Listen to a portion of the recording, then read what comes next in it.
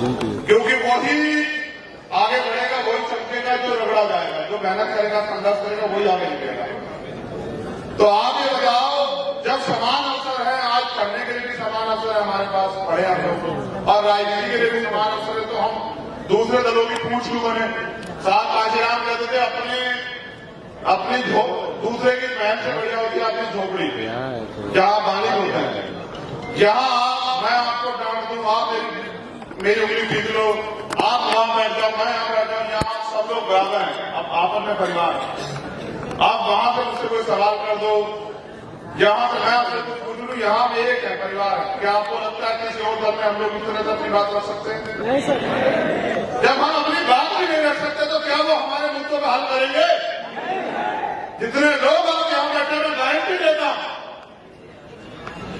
अगर आप लोग कमर कस लें और आज जो लोग मंच में बैठे हैं, ये मुझे शक्ल दिखाने की बजाय अगर फील्ड में जाकर मेहनत करें, मैं गारंटी देता हूं कि 1 साल के अंदर जो है, आप गांधी मैदान की बात करते हैं, मैं कहता हूं अगर पटना पूरा बंद ना हुआ तो मैं राजनीति करना बंद कर दूंगा।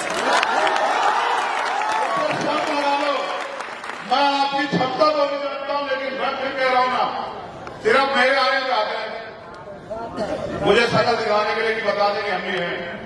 बाकी अगर पूछो, गारंटी से देखो, जो लोग कैडर में थे, मैंने उनसे कहा था कि ये मत सोचो कि आज मंच पे कौन बैठा, ये सोचो कि अगर आप काम करोगे तो कल उस मंच पे मेरे बराबर में आप वहां बैठे होंगे, तो ये सोच के काम करो, तो फिर देखो आप लोग कैसे आगे नहीं बढ़ते। ये कोई बाबा साहब ने क्या कहा जब उन्होंने वोट का अधिकार दिया, अपने 4 बच्चे को बांध करके कहा कि आज मैंने रानी का पेट काट दिया है, आज के बाद राजा आपकी वोट से तैयार होगा, बैलेट वोट से तैयार होगा। आप मुझे बताओ, मैं भी तो एक प्राइमरी स्कूल का हेडमास्टर का बेटा हूं, बाबा साहब के द्वारा दिए गए आरक्षण से नौकरी लगी मेरे पिताजी की, उनकी नौकरी लगी तो उन्होंने 6 भाई बहनों को पढ़ाया, और मैं पढ़ लिख लिया तभी तो आज यहाँ संघर्ष कर रहा हूं। अगर मैं पढ़ता लिखता नहीं तो भाई मैं भी कहीं जो है मजदूरी कर रहा होता। मैं आपसे सबसे कहता हूं खूब पढ़ो, और जो लोग राजनीति भी कर रहे हैं उनसे भी कह रहा हूं कि बिना महापुरुषों के संघर्ष को पढ़े आप कभी कामयाब हो ही नहीं सकते। मैं तो यहां जन्मे जननायक कर्पूरी ठाकुर, बाबू जगदेव प्रसाद कुशवाहा, मैं कहता हूं सबसे पहले अगर मैं उठता हूं तो सबसे पहले बाबू जगदेव प्रसाद कुशवाहा की शहादत को नमन करता हूं, और सबसे पहले उन्हें याद करता हूं कि अध्यक्ष संघ के नाम पर उन्होंने जो विचार दिया, उन्होंने इतना कड़ा जवाब दिया उस समय भी कि वो उनका तोड़ नहीं कर पाए, इसलिए तो जब विचार को नहीं रोक पाए, व्यक्ति को उनको हत्या करनी पड़ी, ऐसे हालात बनाए उन्होंने। तो मैं फिर आपसे ये कहता हूं कि आज हालात बहुत खराब, और चारों तरफ एक ही उम्मीद है। बताओ भी मारने के अलावा कोई उम्मीद है क्या? आप बताओ मुझे, बताओ। वो महाराष्ट्र में रहता है और रहने वाला वो राजस्थान का है, उनके यहाँ 10-20 कैबिनेट मिनिस्टर हैं, एक सेंटर का मिनिस्टर भी है केंद्र की सरकार में, स्टेट की सरकार में, लेकिन उम्मीद वो बीमार के कार्यकर्ता से लगाता है। तो इस विश्वास को आप समझते हैं, विश्वास कैसे पैदा हुआ? ये विश्वास आपके संघर्ष से पैदा हुआ है। इसलिए मैं आपसे कह रहा हूं कि हमें अपने संघर्ष के बलबूते अपने खून का कतरा चुका के इस देश में बहुजन राज लाना है। हमारा नारा है बहुजन स्वराज का, ऐसा राज जहां मानवता की बात हो, ऐसा राज कि जहां तमाम तरह से जो है अंतिम व्यक्ति भी रोटी कपड़ा मकान में लड़ाई लड़ रहे, उसके स्वाभिमान सम्मान के साथ उसके साथ अन्याय न हो, उसको तमाम अवसर मिले तो आगे बढ़े, और वो तरक्की करके अपने परिवार को आगे बढ़ाए। और जो गैर बराबरी देख रहे हैं सामाजिक आधार पे, ये छोटा है बड़ा ये खत्म हो जाए, जाति व्यवस्था जो है टूट जाए, इसके लिए पहले हमें जातियों को जोड़ के भाईचारा बना के बहुजन समाज बनाना पड़ेगा। और बहुजन समाज बना के, और बहुजन समाज ऐसे भी नहीं बनेगा कि एक ही जाति के लोग सारे बन जाए, प्रदेश में, जिले में, संभाग में, मंडल में, विधानसभा में, ऐसे नहीं बनेगा। जिसकी जितनी संख्या बाजी उसकी इतनी रिश्तेदारी, इस नारे को भी याद रखना पड़ेगा। हमारे महाराजा कह के गए कि बाबा साहब के बच्चों के बिना देश का शासन नहीं चलने दूंगा, और आज बताओ आपके मुद्दों पे कोई बोलना भी नहीं चाहता। आज बताओ क्या अधिकारी कर्मचारी आप परेशान नहीं है क्या? बताओ पूरे देश में अधिकारी कर्मचारी जो है किसी तरह से किस तरह से मुंह बंद करके नौकरी कर रहा है नहीं कर रहा? बताओ। तो वो अधिकारी कर्मचारी उम्मीद कर बैठा है, कल भी मांग के लोग संघर्ष करके आज जहां समाज पार्टी के बैनर में कामयाब हो गए हिस्सेदारी तय करेंगे और जब उनका शासन आएगा। आज हमारे लोग मुझे मंच में बैठते ही कह रहे थे कि बताओ भाई, पासी समाज के लोग बहुत बड़े पैमाने में आपके साथ जुड़े हुए हैं, ताड़ी का व्यवसाय खत्म होगा, उनका क्या होगा? मैं कह रहा हूं, अब तो तुम मुझसे कह रहे हो कि भाई सरकार से कह दो, और मैं आपसे कह रहा हूं कि आपका मौका आ रहा है, आप मुझसे कलम से लिखवा ले जाओ आज कि ताड़ी को कर्सी का व्यवसाय, उसका आयोग बना के जो है पूरा जो है मैं गारंटी देता हूं कि व्यवसाय दिया जाएगा। आप लोग ताकत अगर आप ताकत नहीं बनाओगे तो फिर आपको दूसरे लोगों की गुलामी करनी पड़ेगी। मेरा एक सवाल है, यहां जो नौजवान बैठे हैं, स्वाभिमान सम्मान की वैल्यू समझते हो? खाली नारे लगाने से पेट भर जाएगा? एक दिन खाना खा के 10 दिन चल लोगे? जैसे एक दिन पानी पी के 10 दिन प्यासा नहीं रह जाता, जैसे एक दिन खाना खा के 10 दिन भूखा नहीं रह जा सकता है, वैसे ही मिशन का काम एक दिन करके और 10 दिन ना करके कभी मिशन आगे नहीं बढ़ता। जो लोग गले में नीला पट्टा डाले हैं ना, ये इसकी एक वैल्यू है। ये एक रंग का कपड़ा नहीं है, नीला रंग समानता का प्रतीक है, और ये बाबा साहब अम्बेडकर का रंग है। और इस रंग ने पूरी दुनिया को मजबूर किया उनका सम्मान करने के लिए। और भारत के प्राइम मिनिस्टर भी कहते हैं, बाबा साहब की बात करते हैं, कल अगर हमारे अधिकारों को कुचला गया, वो जो जज थे जेपी पार्टी वाला, वो भी बाबा साहब का नाम लेके शुरू किए। आज तक बाबा साहब का नाम लेकर हमारे अधिकारों को कुचला जा रहा है। लेकिन जिन लोगों ने अपने गले में पहना, वो उसकी अहमियत समझते हैं कि खाली एक गले में पहन लिया तो हो गया, जय भीम खत्म हो गया। आज क्रांति की पहचान बन गया नीला रंग, आज स्वाभिमान सम्मान का रंग बन गया नीला रंग। और मैं ऐसे कार्यकर्ताओं को भी जानता हूं, एक दिन एक कार्यकर्ता का आंदोलन में सीओ ने गले से नीला पट्टा उतार दिया, उसने कहा मर जाऊंगा लेकिन इस अपमान का बदला जरूर लूंगा। और सीओ को मजबूर होकर माफी मांगनी पड़ी। वहां एसपी ने मुझे फोन किया कि भाई बताओ क्या चाहते हो? मैंने कहा क्या हुआ कि ऐसा ऐसा हो गया। मैंने जिलाध्यक्ष से बात की, उसने कहा भैया उसने अपमान किया मेरे पट्टे का, बीमारी का अपमान किया, मैं बर्दाश्त नहीं करूंगा। अंत आप विश्वास करो, जिला फैसलाबाद की बात है, तो वो मैंने कप्तान से कहा कि देखो बीमारी वाले हैं, उनको मैं भी नहीं समझा सकता। तो कहा जी आप उनके नेता हो? मैंने कहा नेता भले ही, लेकिन भूतों में से एक ही, तो जब मरी नहीं किसी, तो मैंने कहा जब नहीं किसी की नहीं सुनता तो वो किसकी सुनेंगे? तो फिर एसएसपी ने कहा मैं जिम्मेदारी लेता हूं, उसको बुलाया और सह सम्मान वो पट्टा उस सीओ के हाथ से गले में डलवाया। और सीओ ने कहा मुझसे गलती हो गई, तब वो माना। देखो कीमत चुकानी पड़ती है। मैं आपको भी कह रहा हूं, आप तय करो, बिहार में आप इस अन्याय के साथ देना चाहते हैं, अपनी ताकत बना के जो है कामयाब हो गए। और ये जो यहाँ बिहार में ये कुर्सियां रखी है, इसमें बैठना चाहते बताओ, इन कुर्सियों पर घुसोगे जो यहाँ बैठी बताओ साहब, ये जो कुर्सियां मैं इन कुर्सियों पर घुसो या जो बिहार सदन में कुर्सियां रखी उन पर बैठना चाहते बताओ। तो बिना मजबूत संगठन बनाए, बिना संघर्ष किए, बिना लोगों को जोड़े कैसे बढ़ जाओगे? मुझे आगे बताओ। हमारे लोग चंद सिक्कों में भिग जाते हैं।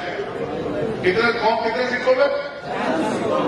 चंद सिक्कों की खनखनाहट में जो है एक विधायक और मंत्री के पद के लिए चाटुकार बन जाते हैं। मैं आपसे कह रहा हूं, आप काम करो, आपको खरीदने वाले बहुत आएंगे।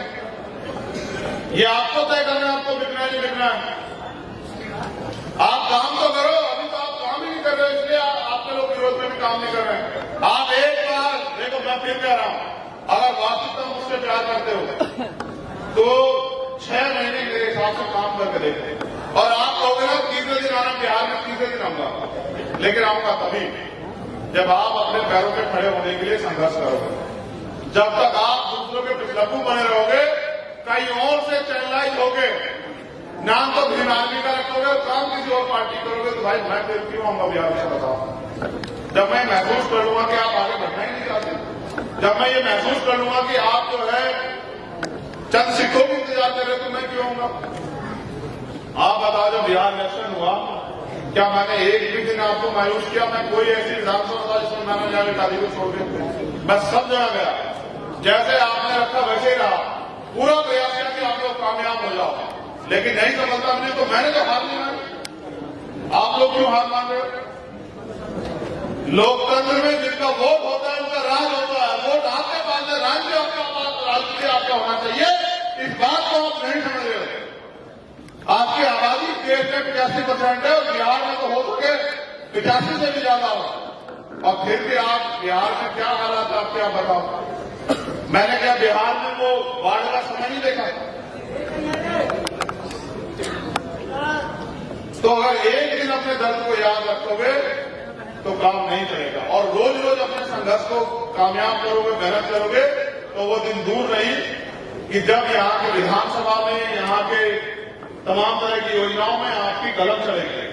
तो मैं तो बस आपसे पूछने के लिए आया हूं, अगर आप तैयार हो बिहार में संघर्ष करने के लिए, तो मैं गारंटी तो देता हूं, संघर्ष का तरीका बता दे रहा हूं।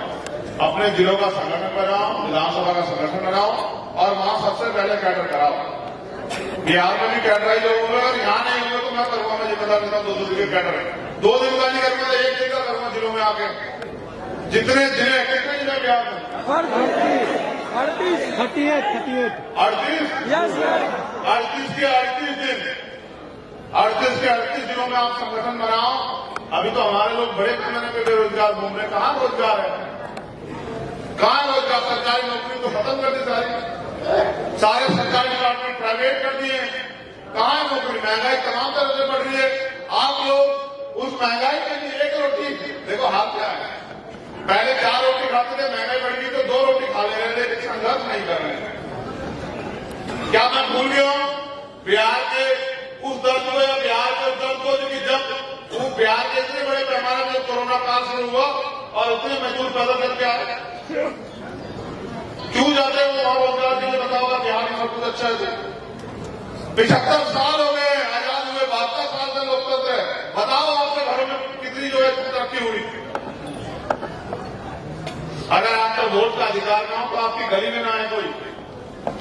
आप पे वोट का अधिकार है, इसलिए आपको चाचा ताऊ भाई भैया कहते हैं लोग। आपकी बस्तियों में आते हैं, आपसे हाथ मिलाते हैं। आज आप नोट करके देखो, अगर आपसे वोट का अधिकार छिन जाए, आपकी बस्तियों में ना आपसे बात ना करे, और फिर मुझे भी मेरे जैसे कौन पूछे। इसलिए कह रहा हूं कि अभी अवसर है, तय कर लो कि चमचे नेताओं का साथ देना है, और फिर अपने हाथ पकड़ के ताकतवर करना है। तय करो तुम लोग। ये बताओ, हालांकि मैंने बिहार में जन्म नहीं लिया, मैं बिल्कुल कह रहा हूं, तो जन्म तो साहब कांचीराम में भी उत्तर प्रदेश में नहीं लिया था, वो भी पंजाब में जन्म लिए। लेकिन आप अपने ईमानदार से बताओ, जितने लोग यहाँ बैठे हैं जो मेरा काम देखते हैं, आज तक एक मसला है जिसमें मैंने आपको निराश किया? बताओ, अच्छा ईमानदार नहीं, हाथ मारे बताओ, हाँ या ना? कोई ऐसी लड़ाई है जिसको मैंने बीच में छोड़ी हो? पूरे देश में कोई अन्याय ऐसा है जिसमें हम लोग पीछे हटे हो? या फिर ये भी बताओ, कभी पीठ दिखाई आपको सरकार में करके?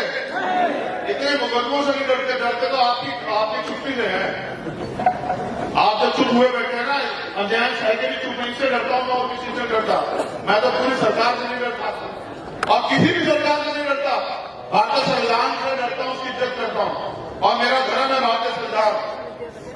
आज गुरु नानक देव जी की जयंती, उसकी भी आपको लग लग बधाई। लेकिन आपकी तरक्की का रास्ता आपके हाथ में है।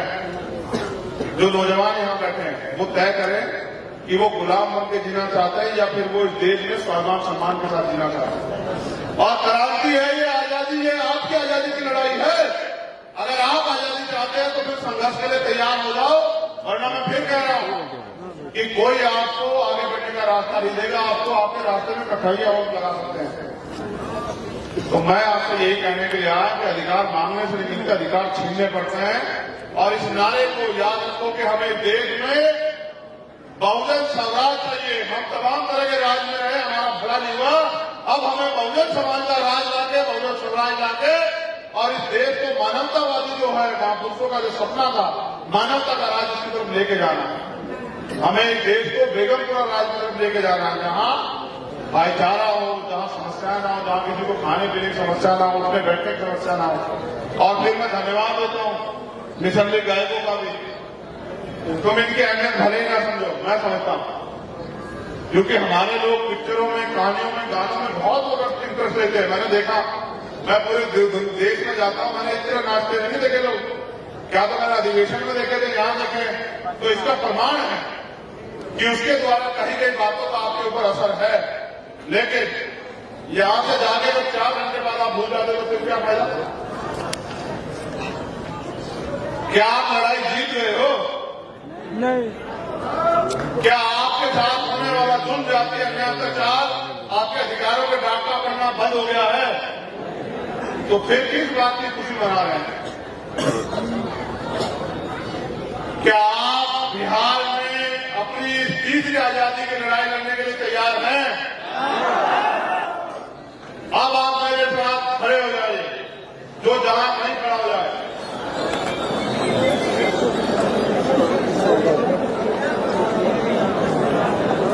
मैं भारत के संविधान की प्रस्तावना पढ़ूंगा, आप मेरे साथ दोहराएंगे।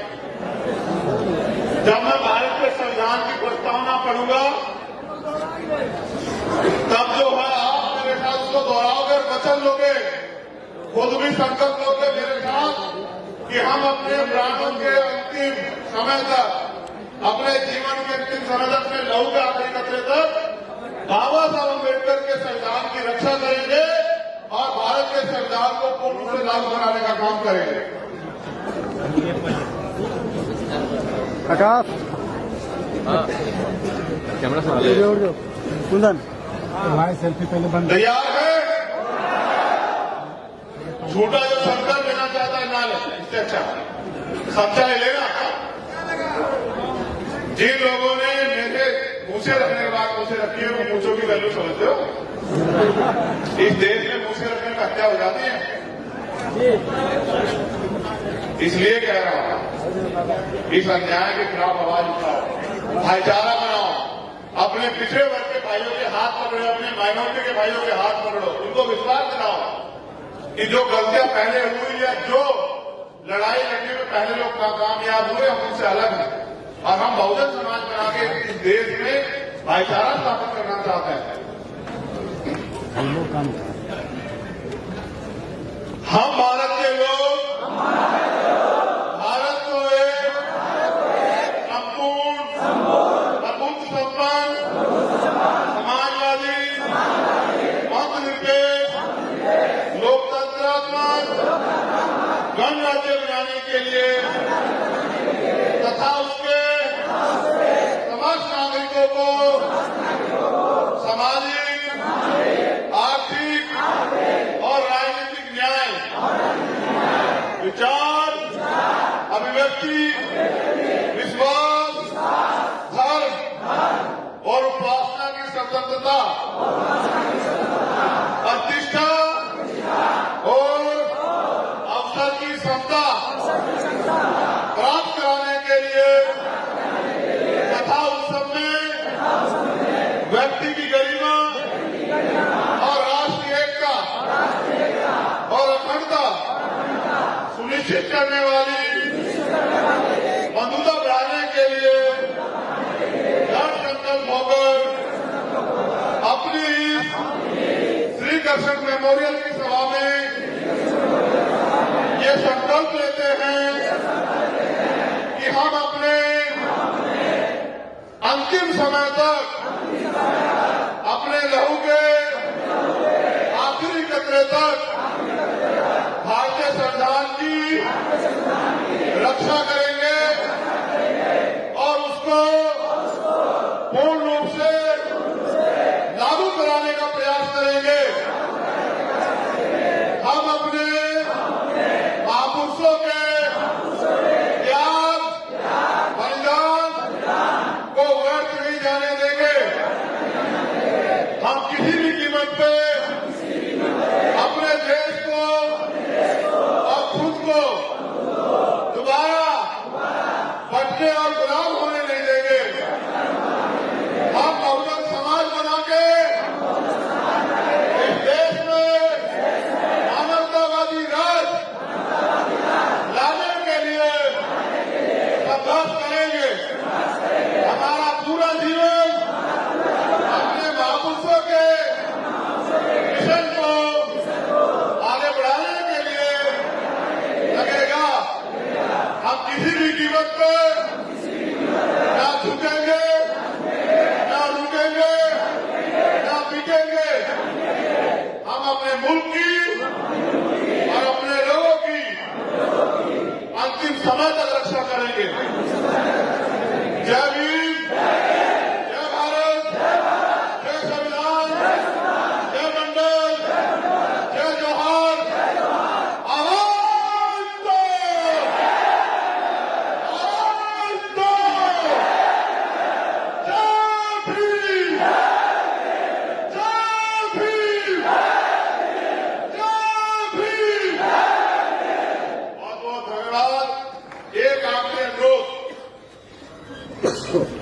बिना अनुशासन के शासन नहीं आएगा।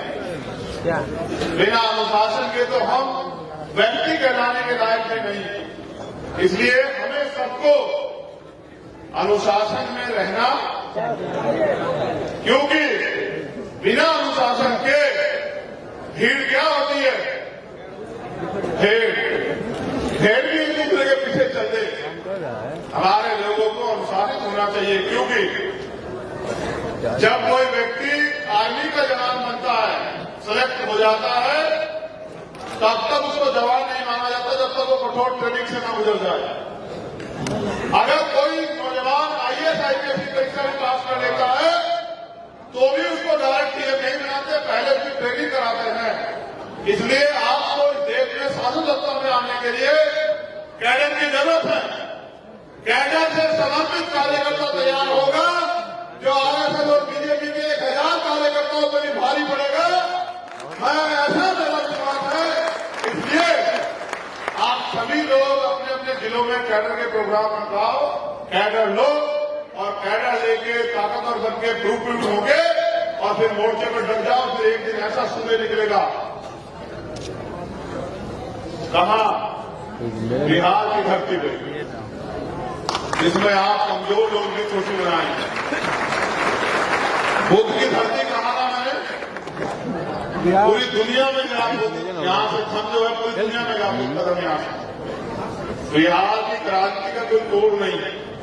बिहार की कमजोरी के लिए बिहारवासी जिम्मेदार, स्पेशली बिहार के बहुजन समाज के नौजवान जो नेताओं के सफेद कपड़े देख के उनके जैसे बनना तो चाहते हैं लेकिन लीडर नहीं बनना चाहते, जो तमाम दलों से विधायक MP तो बनना चाहते हैं लेकिन समाज की लड़ाई को जमीन पे नहीं करना चाहते। लेकिन फिर भी मुझे गौरव है कि हमारे पास एक ऐसा संगठन और ऐसी टीम है जो अपने प्राणों का बलिदान देकर भी बहुजन समाज की रक्षा सुरक्षा कर रही है।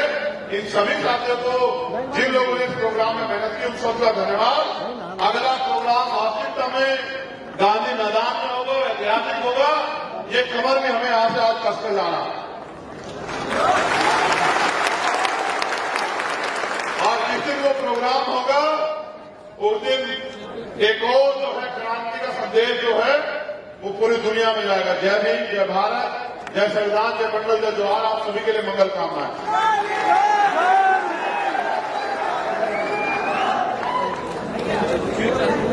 एक लाइन पर जाओ।